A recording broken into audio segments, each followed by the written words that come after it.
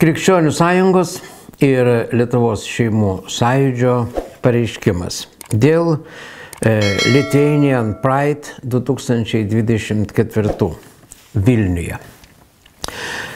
Šių metų birželio 9 dieną vyks Europos parlamento rinkimai, kurių metu vienas pagrindinių visuomenėje diskutuojamų ir rinkimų apsisprendimus lemiančių klausimų yra LGBTIQ ideologijos, propagandos, translytiškumo, vienalyčių santuokų ir socialinių lyčių pripažinimo klausimas.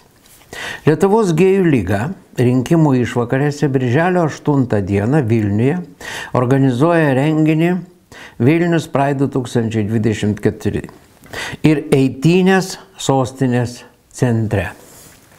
Vilniaus miesto savivaldybė kontroliuojama Tėvynės sąjungos Lietuvos krikščionių demokratų partijos ir Laisvės partijos savo programiniais tikslais pasirinkusius didžiai visuomenės daliai kategoriškai nepriimtinų išgalvotų mažumų teisių įgyvendinimą ne tik suteikė privataus renginio konferencijais Vilniaus miesto savivaldybės konferencijų salę, bet ir išskyrė 14 000 eurų iš mokesčių mokėtojų pinigų. Lietuvos šeimų sąjūdis, Krikščionių sąjunga, pirma, vertina šitas eitynės Vilniuje rengiamas Europos parlamentų rinkimų išvakarėse kaip konservatorių, landsbergistų ir Laisvės partijų valdančios Vilniaus miesto savivaldybės daugumos provokatyvų bandymą paveikti visuomenės nuomonę ir įtakoti rinkimų rezultatus savo partijų naudai. Antra, kreipėsi į Vyriausią rinkimų komisiją ir tarnybinės etikos komisiją, reikalaudami atlikti tyrimą ir įvertinti, ar mokesčių mokėtojų pinigų skirimas privataus renginio, propaguojančio šių partijų tikslus reikmėms, nepažeidžia rinkimų kodekso ir valstybės politiko elgesio kodekso nuostatų.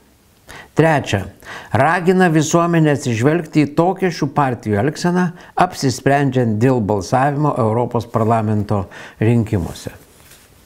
Lietuvos šeimų sąjūdis ir Krikščionių sąjunga.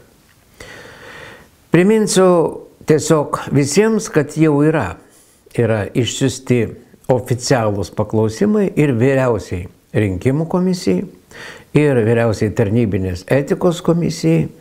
Mes žinodami, kad Vyriausia rinkimų komisija labai priekabiai žiūri į net abejotinus pažeidimus kitų partijų, manome, kad šį kartą bus labai pro pirštus pasižiūrėta į akivaizdų rinkimų įstatymų pažeidimą.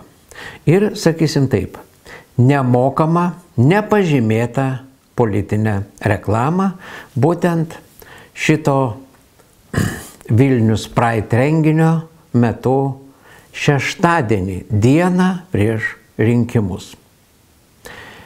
Girdėjote Krikščionių sąjungos ir Lietuvos šeimų sąjūdžio pareiškimą.